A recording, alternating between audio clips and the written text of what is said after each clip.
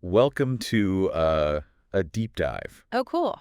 Yeah, that might just make you question everything you think you know about reality. Okay. So what if the world we see Yeah. is less like a reflection and more like a customized Right. user interface designed for survival? Oh, Yeah, we're going to explore that wild idea today, awesome. digging into excerpts from two academic papers Okay. by Donald Hoffman and his colleagues, Mm-hmm. Objects of Consciousness, and the Interface Theory of Perception. Okay. Get ready, because things are about to get Sounds good. philosophical. It's a real paradigm shift to think about perception this way. Right. Separating the idea of perceiving truth from the evolutionary drive to just stay alive and pass on genes. Like, my brain might not be a truth-seeking machine after all. Right. Just a really good survival tool. Yeah. That's kind of a letdown, honestly. Well, consider this. Even babies grasp the concept of object permanence. Oh, yeah. Pretty early on, Yeah. that things still exist even when we don't see them. Like, my keys are still under that pile of paper somewhere, even if I can't find them right now. Exactly. Piaget's work showed us how foundational this idea is to Yeah. how we understand the world, and it's not just baby stuff either. Okay. Object permanence is built into so much of science, Yeah. from physics to evolution. It's a big deal. But Hoffman is saying that might be wrong, Yeah. or at least not the whole story. That's what's so fascinating about his work, Right. saying evolution doesn't actually care Okay. if we see the world perfectly accurately. Right. It just cares that we survive long enough to reproduce. Okay. Think of it like a computer interface. Mm-hmm. The icons on your desktop Yeah. help you use the computer, but they don't look anything like Right. the complex code and circuits they represent. Okay, so my brain is like my phone then, Yeah. giving me the simplified version of reality, not necessarily the whole truth. You got it. Okay. It's a species-specific user interface tailored to our needs. And Hoffman has some pretty compelling examples to show how this plays out in nature. Okay. Have you ever heard of the jewel beetle? I think this is the one about beer bottles, right? Yeah. This can't end well. Sadly, it doesn't for the beetles. Okay. The males are attracted to the shiny brown, dimpled wing cases of the females. Okay. Makes sense, right? Right. But then they introduced beer bottles Hold on. into the environment. And the beetles fell head over heels for these beautiful brown Yeah, dimpled bottles. it's tragicomic, I know. Oh my gosh. The poor guys are literally dying trying to mate with beer bottles Oh. because they trigger the same visual cues. Yeah. Evolution has shaped their perception to be good enough in their normal environment. Okay. But this new element throws a wrench in the works. So it's not about perceiving truth. It's about perceiving Right. what's useful for survival, Yeah. even if it leads to some hilariously bad decisions sometimes. And this isn't just some weird beetle thing. It's all over the place. For instance, think about herring gulls and their chicks. Yeah. The chicks peck at a red spot on their parents' beak to get food. Makes sense. That's how they signal they're hungry. But here's the thing. Researchers found All that right. if you show the chicks an artificial beak with an even longer, thinner, redder spot Wow. than a normal beak, they go absolutely nuts. Really? They peck like crazy, even more than at a real beak. So they're programmed to respond to those specific visual cues, Yes. even if they're exaggerated. Exactly. It's like their little bird brains are saying, more red, more food. Exactly. Their perception is geared towards specific cues that signal food source, Okay. not necessarily towards a perfectly accurate representation of a parent's beak. Right. And these examples of supernormal stimuli Hmm. tell us something important about how our own brains might be working. Okay. Our categories, the way we understand the world, Right. could be based on these kinds of cues, not a complete picture of reality. This reminds me of those nature docs where predators camouflage themselves to disappear. Oh, yeah. They're exploiting the good enough perception of their prey, right? Absolutely. One fascinating example is the jumping spider called Portia. Okay. This spider hunts other spiders, and it uses incredible trickery to do so. Wow. It'll mimic the look and movement of debris to avoid detection, Oh, wow. and even trigger its prey's motion detectors to lure them in. Whoa. A spider playing mind games with another spider? Yeah. Talk about a deep dive into deception. It really highlights how evolution favors those who can exploit the perceptual loopholes of others, Right. even if their own perception isn't perfectly aligned with objective reality. Yeah. So much for seeing the world as it is. This is already making my head spin, but I'm hooked. Good. If our senses were giving us this simplified, species-specific version of reality, Yeah. how do we even begin to understand what's really going on? That's where things get even more interesting. Hoffman proposes a framework built around the idea of conscious agents. Conscious say. Entities that can perceive, decide, and act. Mm-hmm. They're like the building blocks of how we experience and interact with the world. So instead of direct access to reality, we have these conscious agents mediating our experience. That's a good way to think about it. Okay. And these agents communicate with each other, sending messages back and forth like a network of information flow. Oh, wow. This is how Hoffman explains how our sense of self and the world around us might emerge from the interaction of these simpler units of awareness. Okay, so we've gone from my brain being like my phone to it being more like a network of tiny little conscious beings communicating with each other. Yeah. This deep dive is getting pretty deep. It is. But if that's the case, how do all these individual agents come together to create the feeling of a single unified me experiencing the world? You've hit upon the combination problem of consciousness. The combination problem. And Hoffman has some bold ideas about how to solve it, but that's a story for part 2 of our deep dive. Welcome back to our deep dive into the nature of reality. Yeah. Last time we left off on this mind-boggling concept that the world we perceive might be more like a customized interface than an objective mirror. Yeah. And we started talking about these conscious agents. Right. Which kind of blew my mind. These conscious agents are central to Hoffman's framework. Okay. He suggests they're not just these abstract things floating around. Right. They might actually connect to the very fabric of reality particle physics. Wait, hold on. We're going from psychology and evolution all the way to particle physics now. It's a big jump. This deep dive is taking us places I never expected. That's the beauty of exploring big ideas, isn't it? Right. Hoffman suggests that particles, those tiny building blocks of the universe, might not be actual tiny things. Okay. Instead, he sees them as arising from the interactions of these conscious agents. Okay, I'm trying to wrap my head around this. Yeah. So instead of solid, independent particles, we have these conscious agents interacting and creating the appearance of particles. That's the gist of it. Okay. He's not saying that our thoughts literally create particles, but rather that the mathematical framework we use to describe particles might also apply to these conscious agents. It's a pretty radical shift in perspective. It's definitely making me rethink what I thought I knew about the universe. Yeah. So how does Hoffman even begin to support this idea? Yeah. It sounds like a pretty big leap. He's not just pulling this out of thin air. Okay. Hoffman uses mathematical tools to draw connections between the dynamics of these conscious agents and the behavior of particles as described by quantum mechanics. Okay, so there's some serious math behind this. There is. But can you give us a simplified version? He points to similarities between harmonic functions, which describe the long-term patterns of interaction among these agents, and wave functions used in quantum mechanics to describe particles. It's like he's using the language of math to bridge the gap between consciousness and the physical world. That's pretty mind-blowing. It is. It's almost as if he's saying the universe is made of experience rather than matter. Right. But if our perceptions are essentially interfaces, how can we be sure we're getting any real information about what's actually out there? Yeah. It's like trying to understand how a computer works just by looking at the icons on the screen. That's a great analogy. Yeah. It highlights the potential limitations of our interface-based perceptions. Right. We might be missing a whole lot of information about the operating system running behind the scenes, simply because it's not relevant to our survival. So are we stuck in this perceptual bubble forever limited by our species-specific interface? It's a possibility. Is there any way to see beyond it? Hoffman acknowledges this challenge and suggests we might need new tools and ways of thinking to break free from these limitations. So it's not about abandoning science. No. But about expanding our methods and perspectives. Okay. This could involve developing new mathematical models, exploring different frameworks for understanding physics, or even reconsidering our assumptions about the relationship between consciousness and the material world. This opens up a whole new frontier of scientific exploration. It does. But where does consciousness itself fit into all of this? Yeah.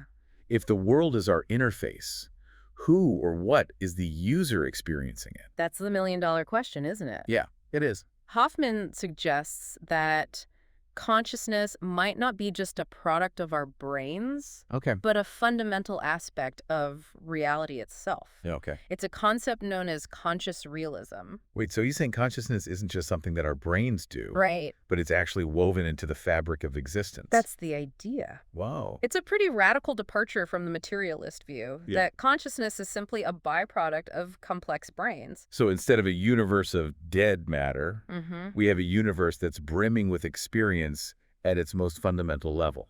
Even inanimate objects would possess some level of consciousness. That's one interpretation of conscious realism, and it's certainly a mind-bending concept. Yeah, it is. It challenges us to rethink the very nature of the universe and our place within it. This is all incredibly fascinating, but I'm curious. Yeah. How is Hoffman's work being received within the scientific community? That's mixed. Are these ideas gaining traction? Yeah. Or are they considered fringe? As you might imagine, suggesting such a radical shift in our understanding of reality often meets with resistance, particularly in fields deeply rooted in a materialist paradigm. So there are definitely people pushing back against these ideas. There are. Okay. There's bound to be debate and healthy skepticism Right. when someone challenges such fundamental assumptions. But Hoffman's work is grounded in rigorous mathematical models and evolutionary biology. Yeah. Which lends it a certain scientific credibility. It does. So it's not just a philosophical thought experiment. It's a serious attempt to develop a scientifically sound model of consciousness and reality. Exactly. Okay. And whether or not his specific ideas ultimately gain widespread acceptance, they're contributing to a really important conversation. Right. They're forcing us to confront some of the biggest mysteries about the universe and our place in it. I have to say, this deep dive is really making me question everything I thought I knew. Good. It's both exhilarating and a little unsettling. I can imagine. But if our perceptions are essentially interfaces, does that mean there's no such thing as objective truth? Does it make everything relative and subjective? That's a common concern, but Hoffman's work doesn't necessarily lead us down that path. Okay. It simply suggests that our access to objective truth might be more limited than we typically assume. So it's not that objective truth doesn't exist, Right. but that our perception may not be the most reliable tool for accessing it. That's a great way to put it. Okay. He argues that our perceptions give us a user interface tailored for fitness, not necessarily a perfect, unbiased window into objective reality. It's like acknowledging that we're all playing the game of life with a slightly different set of rules and objectives. Yeah. Shaped by our unique evolutionary history. Exactly. Yeah. And that realization, rather than leading to nihilism, can actually be quite liberating.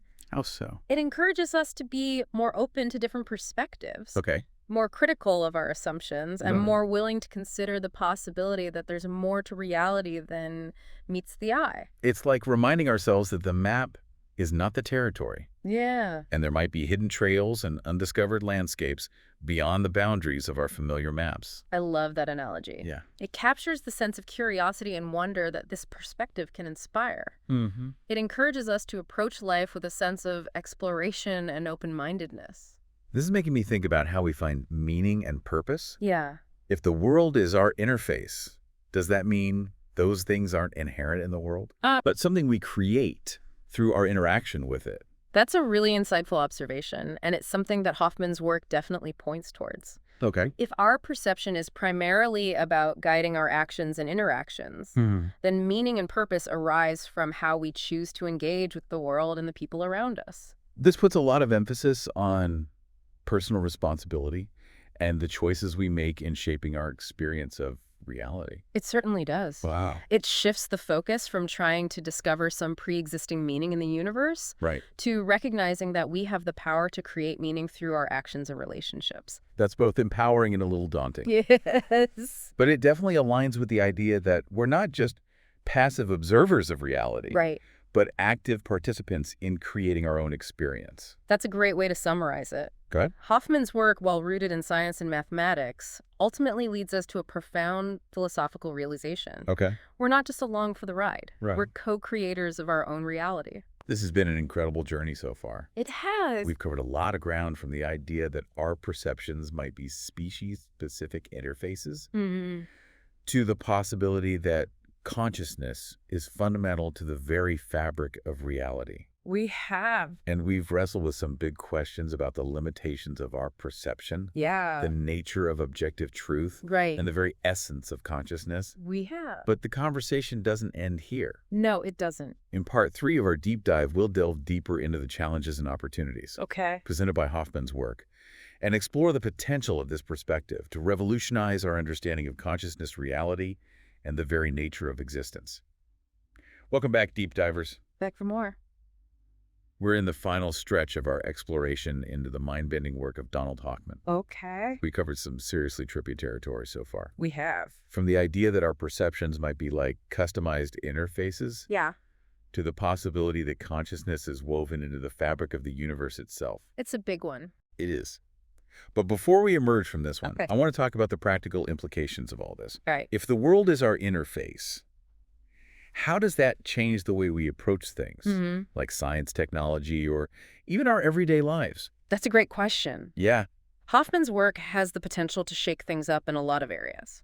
Like what? Take science, for example. Okay. If our perceptions are shaped by this interface, Yeah. it means we need to be a bit more humble Okay. about assuming that our scientific models perfectly reflect objective reality. So it's like realizing that our scientific maps Yeah. might be a bit more like rough sketches than perfectly detailed blueprints. Exactly. It encourages us to consider the possibility that our observations and measurements, while valuable, might not be capturing the full complexity of what's really out there. That makes me wonder, could we be missing out on understanding key aspects of the universe simply because they're not relevant to our survival or reproduction? It's like our interface is filtering out information that it deems unimportant for our immediate needs. That's a fascinating question. Yeah. And it highlights the need for developing new tools and approaches that can help us see beyond the limitations of our interface. So it's not about abandoning science, Right. but expanding it, pushing the boundaries of what we can observe and understand. Exactly. It's like we need to become explorers of our own perception, Yeah. figuring out how this interface works so we can get a clearer picture of the territory beyond it. So how about technology? Okay. How could Hoffman's work influence how we design and interact with technology? It could lead to a whole new way of thinking about user interfaces. Oh, okay. If our perception is itself a kind of user interface, it makes sense to try to design technologies that align more closely with our natural ways of interacting with the world. So instead of forcing our minds to adapt to the limitations of current technology, we could create technologies that feel more intuitive and natural to use. Exactly. It could lead to a more seamless and integrated experience between humans and technology. Right. For example, instead of relying solely on visual displays and keyboards, we could explore technologies that incorporate touch movement or even our sense of balance. Imagine virtual reality experiences that feel less like looking at a screen and more like actually stepping into another world. Yeah. It would be incredible. It would. By understanding the principles of our own perceptual interface, we could design virtual environments that feel much more real and less like artificial simulations. Yeah, I agree. That could lead to some really incredible innovations. Yeah.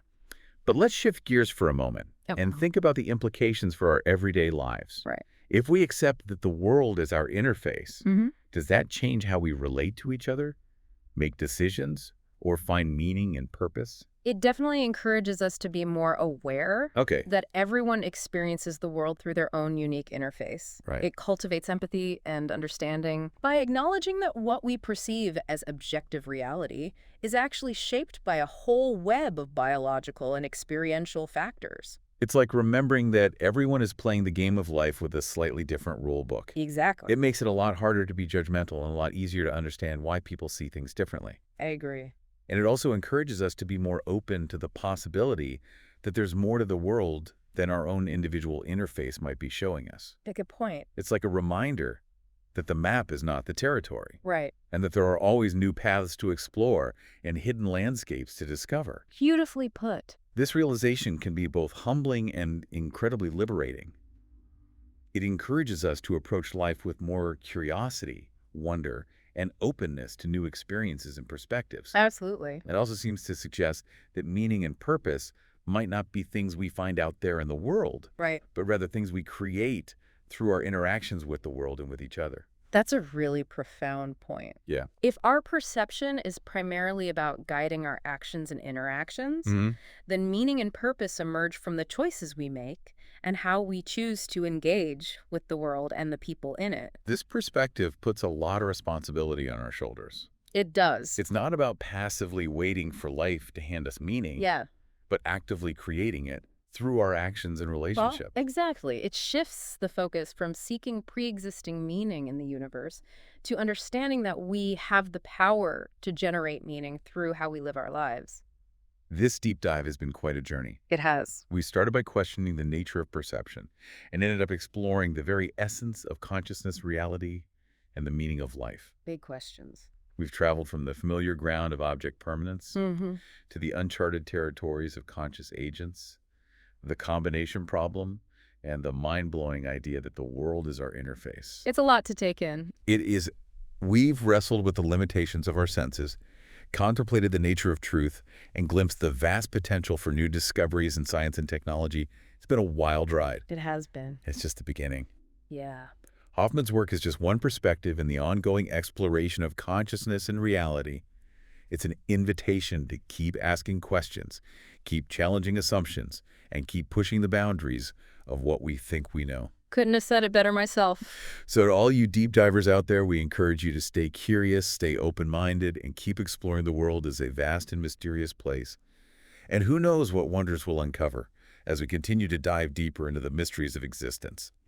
Thanks for joining us on this incredible adventure.